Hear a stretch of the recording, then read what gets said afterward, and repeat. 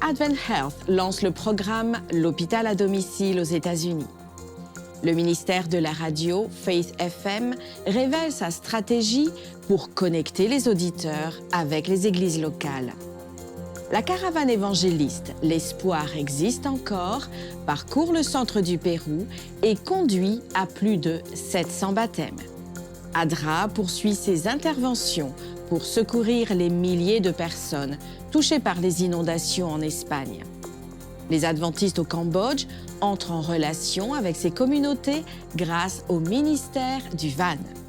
Des histoires inspirantes et bien d'autres, maintenant sur ANN.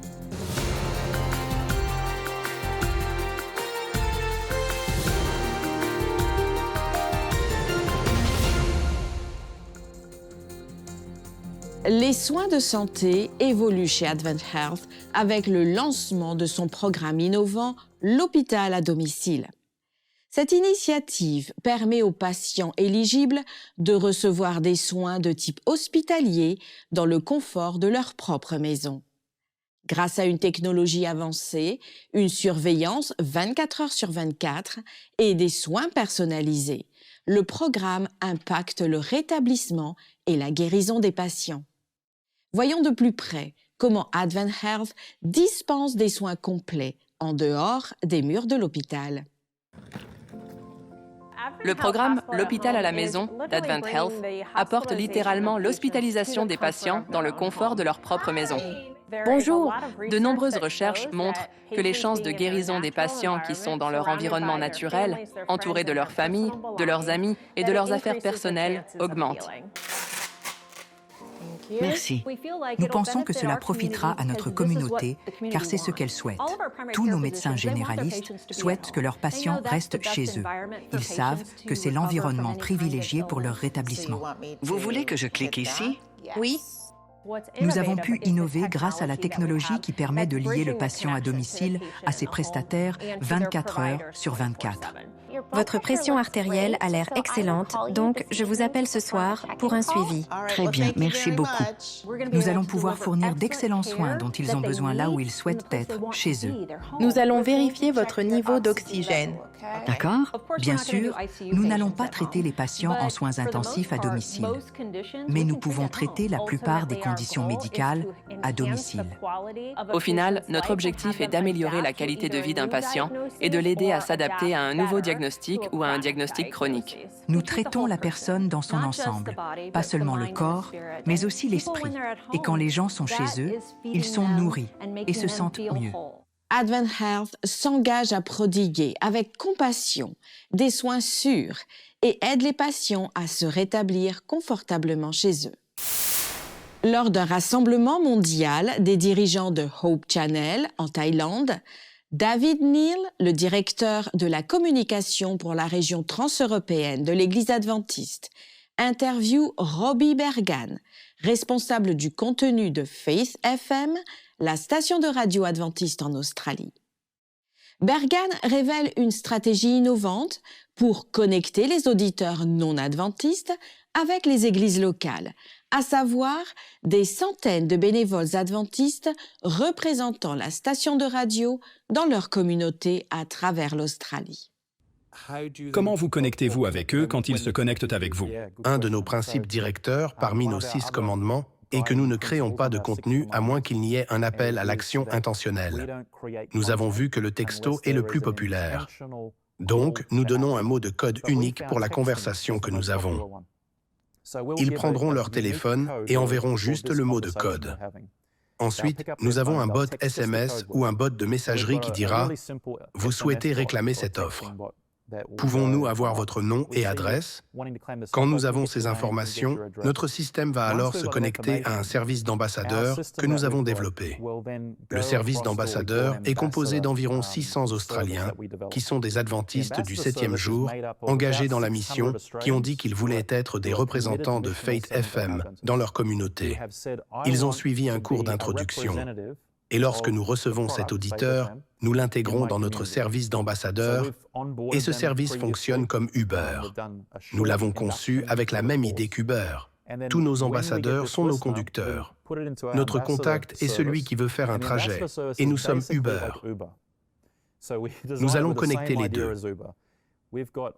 Donc, nous prenons les informations, nous les envoyons à notre service qui dit « Oh, il y a 5 personnes dans un rayon de 5 km ou miles dans la zone de cet auditeur. » Donc, il enverra un message à tous ses ambassadeurs et dira « Et il y a une opportunité dans votre région.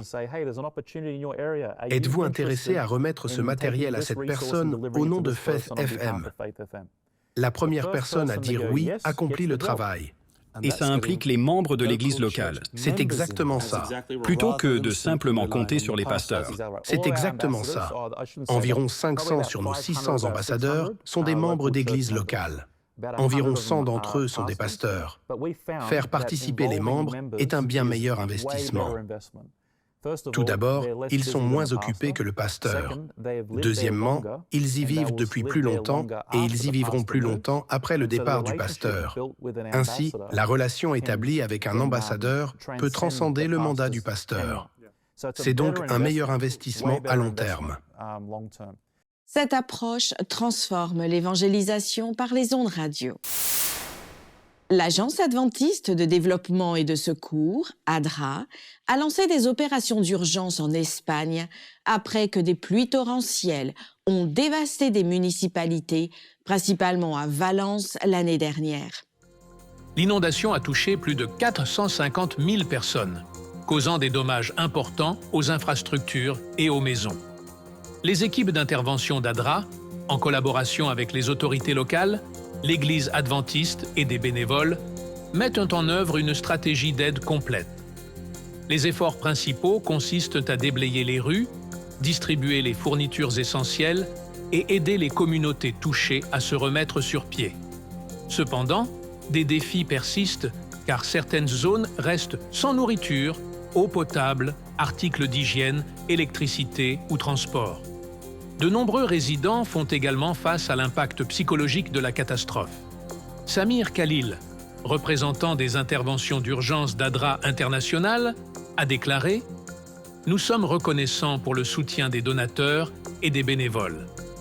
Priez pour ces communautés alors qu'elles travaillent à reconstruire leur vie. » Avec le soutien des donateurs, ADRA continue d'apporter une aide essentielle et d'assurer une reconstruction à long terme dans le cadre de sa mission d'aider des millions de personnes dans le monde à retrouver l'espoir après les crises.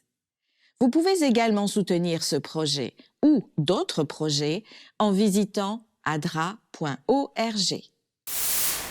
Le ministère Breath of Life, pionnier dans la programmation d'émissions chrétiennes pour la communauté afro-américaine, a célébré 50 ans d'impact à travers les médias, la musique et l'évangélisation.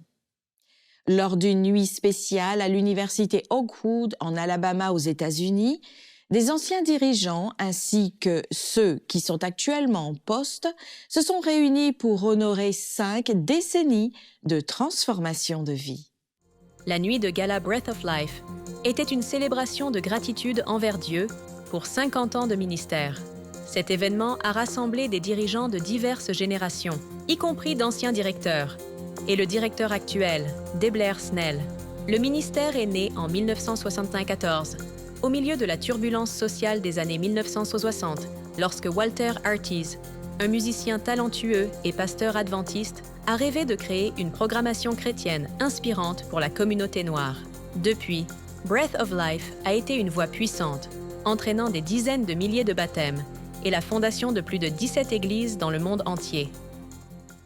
Chacun parle de sa propre passion, de son propre tempérament, de sa propre perspective. Et je pense que Dieu a personnalisé les dons pour répondre aux besoins qui existent dans le corps du Christ et dans la culture au sens plus large. La nuit de gala a été marquée par des performances musicales qui ont rappelé l'histoire du quartet Breath of Life et a été enrichie par la participation de Take Six, gagnant de 10 Grammy Awards. Les membres du groupe ont commencé à l'université en chantant des chansons de Breath of Life. Il nous a donné une voix, une identité, un sentiment de fierté. Et nous ne faisons que nous inscrire dans cet héritage. L'ancien directeur Carlton Bird a délivré un message inspirant, rappelant à tous que l'évangélisation est au cœur de Breath of Life.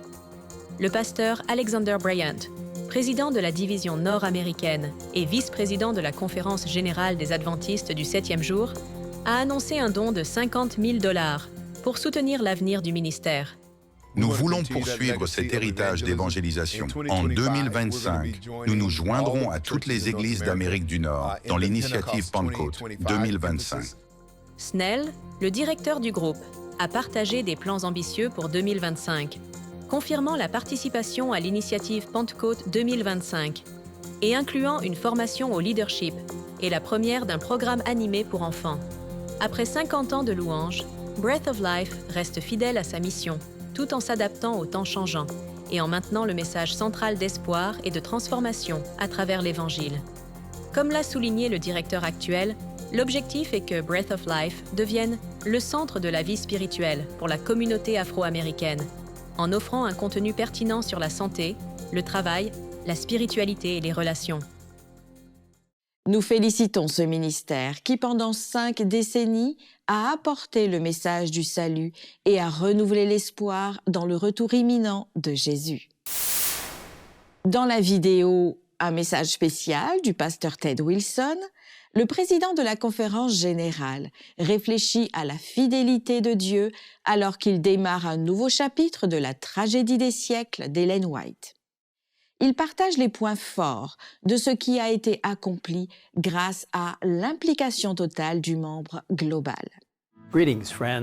Bonjour, chers amis. Alors que la nouvelle année vient de commencer, j'aimerais partager avec vous un message plein d'attention d'Ellen White. Elle écrit « L'année dernière, avec son lot de souvenirs, est passée dans l'éternité et la nouvelle année a commencé. Rassemblons les trésors de l'année écoulée, nos souvenirs de la bonté et de la miséricorde de Dieu, et emportons-les avec nous dans la nouvelle année. Enrichissons l'avenir par la pensée des bénédictions passées. » En pensant à l'année écoulée, quelles bénédictions témoignant de la bonté et de la miséricorde de Dieu vous viennent à l'esprit? A-t-il été proche de vous et vous de lui? Au cours des vidéos de ces 3 derniers mois, nous nous sommes concentrés sur l'implication totale du membre global et nous avons vu l'importance de la prière individuelle et de l'évangélisation pour gagner des âmes, notamment lors de grands événements évangéliques tels qu'en Papouasie-Nouvelle-Guinée en 2024. Alors que nous avons maintenant tourné la page et démarrons une nouvelle année, l'implication totale du membre global reste une priorité élevée. Tout le monde, partout, atteignant quelqu'un pour Jésus, avec le message complet de l'Évangile, y compris les messages très importants des 3 anges que Dieu nous a confiés pour ce moment précis. Et pour approfondir ces messages importants, trouvés en Apocalypse 14, et pour voir comment Dieu a guidé son peuple à travers les siècles de l'ère chrétienne, nous avons passé une grande partie de l'année dernière à parcourir plusieurs chapitres du livre incroyable, La tragédie des siècles. Si vous souhaitez revoir ces messages, ils sont disponibles grâce au lien indiqué en bas de l'écran. Nous allons poursuivre cette série en examinant les chapitres finaux de ce merveilleux livre, La tragédie des siècles, en commençant par le chapitre 39, intitulé « Le temps de détresse ». Comme vous le savez peut-être, ou même l'avez expérimenté, les mots « le temps de détresse » inspirent la peur dans le cœur de plusieurs. En Daniel 12, 1, nous lisons « En ce temps-là se lèvera Michaël, le grand chef, le défenseur des enfants de ton peuple, et ce sera une époque de détresse, telle qu'il n'y en a point eu de semblable depuis que les nations existent jusqu'à cette époque. En ce temps-là, ceux de ton peuple, qui seront trouvés inscrits dans le livre, seront sauvés. » Il y a beaucoup à découvrir dans ce verset, et c'est ce que nous ferons dans les prochaines vidéos. Mais pour le moment, notons une partie très importante de ce passage. En ce temps-là, ceux de ton peuple qui seront trouvés inscrits dans le livre seront sauvés. Voyez-vous, chers amis, nous n'avons pas besoin d'avoir peur lorsque nous sommes en sécurité entre les mains de Dieu, car il promet de nous délivrer.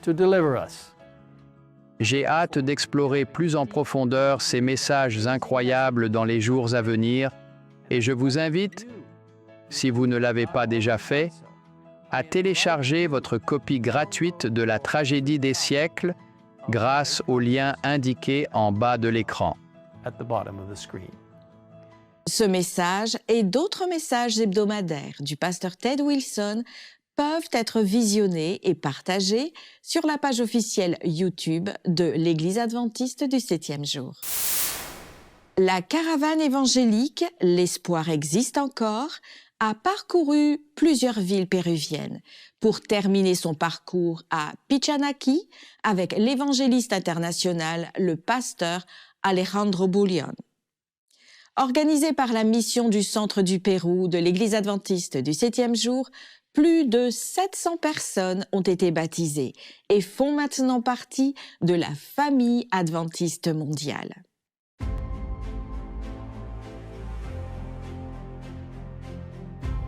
Vous pouvez essayer d'accomplir tout ce que vous voulez de vous-même.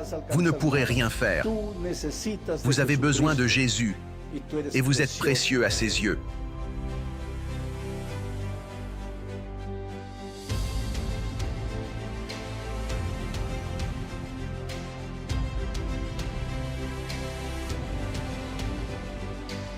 Vous valez plus que vous ne l'imaginez.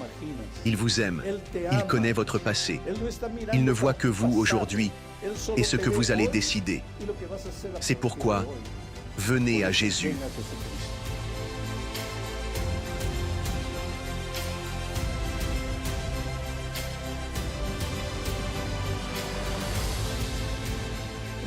Je demande et teste Jésus aujourd'hui. La Bible dit qu'aujourd'hui est le jour de la bonne nouvelle. Aujourd'hui est le jour du salut.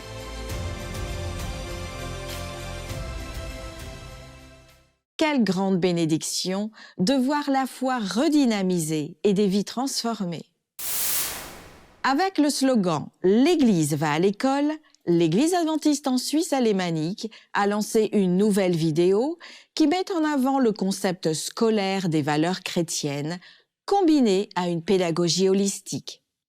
Le clip de 5 minutes présente des enseignants de 2 écoles adventistes de la région et leur rôle dans le réseau éducatif adventiste mondial.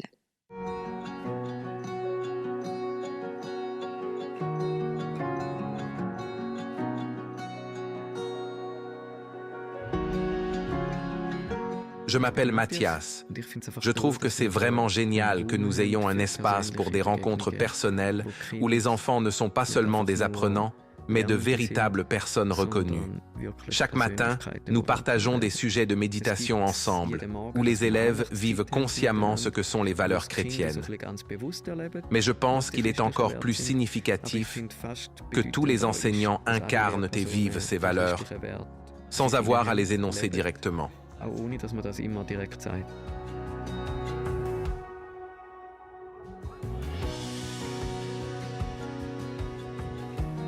Je m'appelle Nina et j'aime être dans cette école parce que l'on se réalise que chaque élève est important.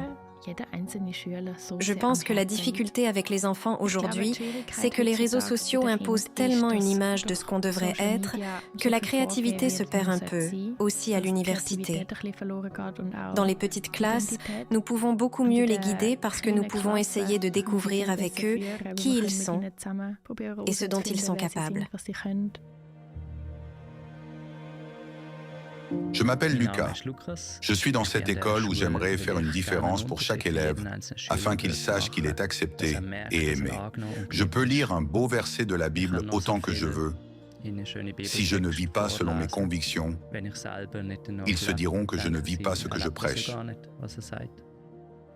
Je ne suis pas encore un papa, mais j'imagine que les parents veulent de voir leurs enfants être pris là où ils sont. Soyez vous-même le changement que vous voudriez voir dans le monde. C'est l'un de mes mots d'ordre dans la vie. C'est pourquoi je veux aussi m'engager personnellement pour cette école. Je m'appelle Myriam et je travaille à l'école depuis 1 an et demi et c'est vraiment super. Oui, vraiment. Je peux m'occuper des enfants individuellement. S'il y a une dispute ou autre, j'observe et j'essaie d'aider. Je prends le temps et je sais que je peux prendre ce temps. Et beaucoup d'entre eux arrivent à l'école avec le sourire et disent « Oui, encore l'école ». Et quand je termine la journée et que je dis « Voilà, l'école est finie, maintenant je dois rentrer chez moi », ils disent « Oh non, je dois rentrer à la maison ». Donc, ils adorent ça.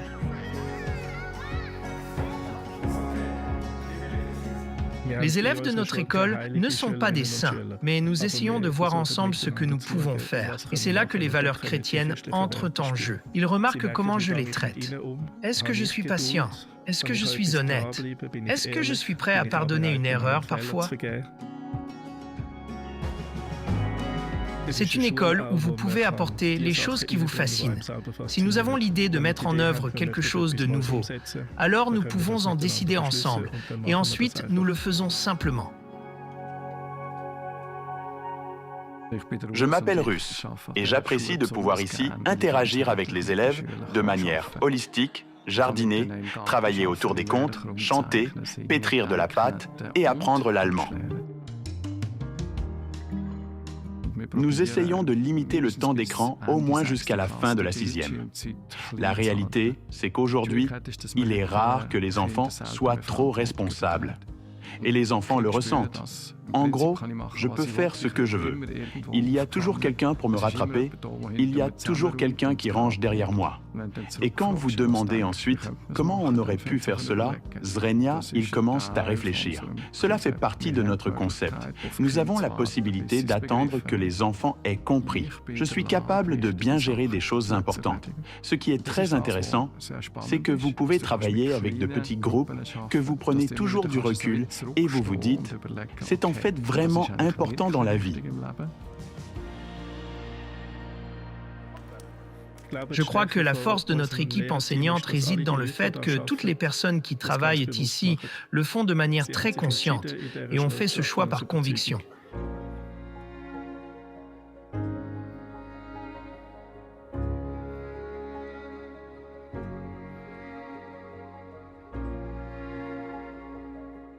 Le système éducatif adventiste, établi en 1858, est maintenant le plus grand réseau éducatif protestant, avec plus de 2 millions d'élèves et étudiants dans 9 800 établissements scolaires répartis dans près de 150 pays.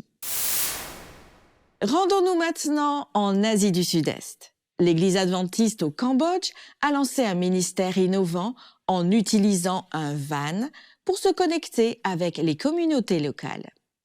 Cette initiative permet aux membres de partager l'amour du Christ de manière personnelle et accessible en apportant le message du salut à ceux qui ne l'ont peut-être jamais entendu auparavant. L'Église a lancé un ministère de vannes au début de 2025 pour étendre ses efforts de sensibilisation, s'associant à l'Église adventiste de Tulkork pour utiliser leurs vannes. Le ministère a commencé par la visite des provinces de Battambang et Takeo. 6 étudiants boursiers ont activement participé à cette initiative, consacrant leur temps et leur énergie à faire du ministère un succès. Leur mission était claire: servir, inspirer et partager l'amour du Christ à travers des activités pertinentes. Les étudiants ont activement participé au programme de l'Église, ont visité des personnes dans le besoin et ont apporté joie et espoir à travers des chansons touchantes, des témoignages émouvants et des messages de la parole de Dieu. En regardant vers l'avenir, l'Église adventiste au Cambodge prévoit d'élargir ce ministère en engageant plus de personnel pour promouvoir des connexions plus profondes et fournir un service significatif à la communauté. Que l'exemple de l'Église cambodgienne nous inspire à accomplir la mission du Christ en partageant l'Évangile de manière innovante. Avec un peu de créativité, notre impact peut contribuer à une transformation significative. Renato, un volontaire adventiste du Brésil, s'attendait à servir dans des zones éloignées et rurales lorsqu'il a répondu à l'appel de Dieu pour le travail missionnaire. Au lieu de cela, il s'est retrouvé dans la ville animée de Bangkok, en Thaïlande. Cette affectation inattendue a remis en question ses attentes, mais lui a ouvert les yeux sur les opportunités uniques du travail missionnaire urbain. Voici comment Renato fait une différence dans l'une des villes les plus animées du monde. Lorsque Renato a été appelé à devenir volontaire adventiste, il s'imaginait partir pour servir dans des endroits reculés et exotiques, comme ceux dont il avait entendu parler dans les récits de mission lorsqu'il était enfant. Il a été surpris lorsque Dieu l'a envoyé dans une ville. La Thaïlande est loin de son pays d'origine, le Brésil. Alors Renato a rapidement pris connaissance des besoins missionnaires dans les grandes villes comme Bangkok. Au tout début, j'ai été un peu déçu parce que ce n'était pas l'idée que je m'étais faite du travail dans la fenêtre 10-40. Je pensais enseigner dans une école en bambou, dans la forêt ou dans la jungle. Mais j'ai réalisé que les défis sont partout et c'est colossal. Il est difficile de servir en tant que missionnaire n'importe où. Travailler dans les villes comme Bangkok peut être difficile. Les gens sont souvent occupés, isolés et semblent n'avoir besoin de rien. Leur vie est bien telle qu'elle est. Ils sont en bonne santé, ils ont de belles familles. Il y a beaucoup de gens riches ici en Thaïlande. Pourquoi auraient-ils besoin de Jésus? C'est la question. Pourquoi ai-je besoin de quelque chose d'autre si j'ai tout ce qu'un être humain prospère peut avoir? Et nous savons qu'une vie sans Jésus est une vie vide de sens. Malgré les difficultés, Renato s'est donné pour mission d'établir des liens positifs avec les personnes qui l'entourent. Le volontariat ne consiste pas seulement à souffrir et faire face à des défis et à des difficultés. Même si nous ne le méritons pas, Dieu nous offre des centaines d'occasions de profiter de la vie et d'être heureux. Le rôle principal de Renato en tant que volontaire est d'enseigner l'anglais en 4e année à l'École internationale des Camaï. L'enseignement lui a permis de nouer des liens avec ses élèves et d'en apprendre davantage sur leur vie. 95% des enfants de mon école ne sont pas chrétiens. C'est pourquoi le culte du matin est très important pour nous. De 7h à 7h20, nous avons une séance de louanges et c'est mon moment préféré de la journée. Après les cours, Renato est impliqué dans d'autres ministères tels que la visite de personnes en prison et la collecte de ressources pour soutenir les réfugiés. L'expérience de Renato en tant que travailleur du service volontaire adventiste l'a marqué d'une manière qui restera gravée dans sa mémoire pour le reste de sa vie. Je suis presque sûr qu'une personne qui va dans un pays pour servir en tant que SVA ne reviendra pas chez lui de la même manière qu'il s'est lancé dans cette aventure. C'est une opportunité qui change la vie.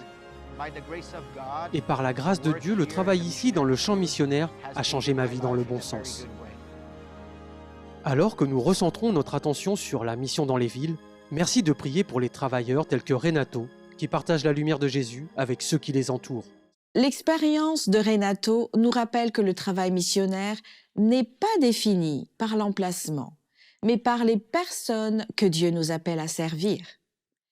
Que ce soit dans des villages reculés ou dans de grandes villes, le message d'espoir et de guérison en Jésus reste le même. Ainsi s'achève notre édition ANN de cette semaine.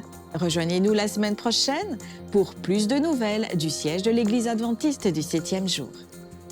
Saviez-vous que l'Église adventiste du 7e jour a une chaîne YouTube où vous pouvez regarder d'autres vidéos incroyables? Rendez-vous sur YouTube et cherchez Église adventiste du 7e jour. Cliquez sur le bouton s'abonner pour ne jamais manquer une nouvelle vidéo. Et laissez-nous un commentaire ou un sujet de prière. Notre équipe prie pour vous. Et avant de vous dire au revoir, nous vous laissons avec de bonnes nouvelles du livre d'Ésaïe 40 au verset 31. Le texte dit ceci. « Mais ceux qui mettent leur espoir dans le Seigneur retrouvent des forces nouvelles. Ils s'envolent comme des aigles. Ils courent sans se fatiguer. Ils avancent sans s'épuiser. » N'oubliez pas, vous pouvez toujours visiter adventiste.news pour des nouvelles et des vidéos quotidiennes. À la semaine prochaine et que Dieu vous bénisse.